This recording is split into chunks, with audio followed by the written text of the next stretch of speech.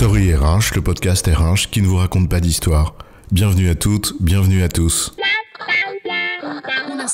History is made of stories. Dans cet épisode, nous allons parler de dialogue social et expliquer pourquoi l'entreprise a besoin de vrais partenaires sociaux. Les syndicats, ils veulent faire crever l'entreprise. Leur patron, c'est Staline. Lâche-leur un peu la bride et tu verras, ils voudront transformer la boîte en kolkhoz.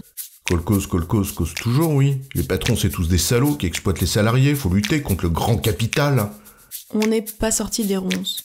Quand on s'installe dans des représentations aussi pauvres que fausses, à la fin, on finit en gerbant une diatribe du genre salaud de pauvre, salaud de riche. Pas de performance sans engagement, pas d'engagement sans confiance, pas de confiance sans dialogue social. Intellectuellement, c'est un gros raccourci, d'accord, mais dans la pratique, c'est à peu près aussi simple que ça. Et pas de dialogue de qualité sans interlocuteur de qualité. C'est à peu près aussi simple que ça également. Alors l'entreprise a besoin de vrais partenaires sociaux. C'est quoi l'histoire ? Est-il nécessaire de revenir sur la nécessité de contre-pouvoir dans tout système ?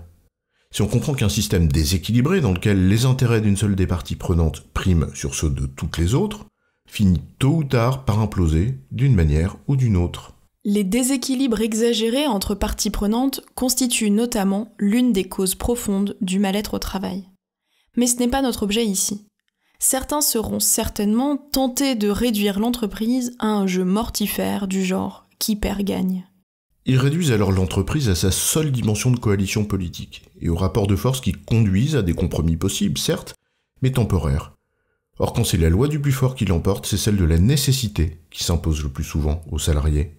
Si on veut bien penser un peu dans la durée, alors il faut une forme d'équilibre dynamique. Sinon, on assèche l'arbre, et il ne donnera plus de fruits. Autant dire qu'on coupe la branche sur laquelle on est assis. Et c'est pas bien malin. Notamment quand on est dans une période critique sur le plan de la main-d'œuvre. C'est assez simple à résumer, on fait pas l'entreprise contre les gens, mais avec eux. Il faut donc l'existence de contradictions, de limites et de garde-fous. C'est une des conditions de cet équilibre, mais aussi ce qui nourrit le progrès de l'entreprise. Cela ne se limite d'ailleurs pas aux partenaires sociaux. Oui, c'est aussi des groupes de pression, par exemple, qui défendent l'intérêt de la société civile. On a vu ça, par exemple, avec l'Assemblée Générale de Total Energy. Dès qu'il y a pouvoir, il faut des contre-pouvoirs, sinon le pouvoir abuse et court à sa propre perte. Le pouvoir sans abus perd le charme, disait Paul Valéry. Dans le cas des salariés, tu l'as dit, c'est bien la mission et le rôle des partenaires sociaux, défendre leurs intérêts. Pour dialoguer, il faut être deux. Or, c'est peut-être là la première difficulté en la matière. L'entreprise, elle n'a pas toujours d'interlocuteur. Le taux de syndicalisation en France, par exemple, il n'a pas cessé de baisser. 30% dans les années 50, 10% environ aujourd'hui. Et ça ne va pas s'améliorer tout seul sans rien faire. Si tu notes en plus qu'il est encore moindre chez les jeunes, moins de 3% chez les moins de 30 ans. Quand les interlocuteurs font défaut, sont alors d'autres influences qui prennent le relais. Et elles sont difficilement contrôlables, faute de structure, faute d'interlocuteurs. Et comment dialoguer si on n'a pas d'interlocuteur ? En outre, tes interlocuteurs ne sont pas toujours les bons.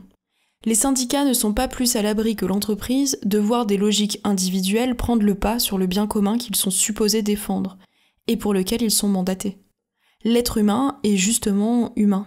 Le représentant du personnel qui vise en priorité son positionnement perso, dans une centrale nationale, ou sa carrière politique, c'est à peu près la même chose que le patron qui fait allégeance aux intérêts des actionnaires parce qu'il vise son bonus à 3 ans ou un poste dans une institution quelconque. Dans les deux cas, l'entreprise en tant que bien commun n'en sort pas gagnante. Alors que des représentants du personnel, des purs et durs, sincèrement investis de cette mission, c'est une richesse pour l'entreprise. À la condition que les décideurs abordent aussi le dialogue avec autant de sincérité que de transparence. C'est là où l'on passe du combat infécond à un terrain fertile, celui d'un véritable dialogue. C'est toute une culture en effet, on a les partenaires qu'on mérite, et réciproquement. L'entreprise a donc tout intérêt à faire naître des vocations, pour avoir de véritables interlocuteurs désignés qui jouent pleinement le rôle, parce que le rôle est utile. Mais cela ne suffit pas, encore faut-il qu'ils disposent des moyens de l'exercer véritablement. Pour qu'il y ait un dialogue constructif, il faut en effet un minimum de compréhension des sujets. Il faut des interlocuteurs qui exercent leur mission, mais en connaissance de cause, c'est-à-dire des partenaires avisés. Prends un exemple pour illustrer. Les enjeux climatiques. Les partenaires sociaux doivent s'en emparer aussi. C'est indissociable de la question sociale. pour de multiples raisons, mais encore faut-il disposer d'un minimum de connaissances sur le sujet. Pour un dialogue constructif, il faut non seulement des interlocuteurs identifiés, mais des interlocuteurs en capacité de dialoguer réellement. Il faut donc non seulement faire naître des vocations, mais également les former. En résumé, nourrir un dialogue social sain et utile pour l'entreprise suppose des interlocuteurs identifiés et de qualité des deux côtés. En leur absence, il faut faire naître des vocations pour en avoir et les former. J'ai bon, chef ? Ouais, tu as bon, mais on va pas en faire toute une histoire.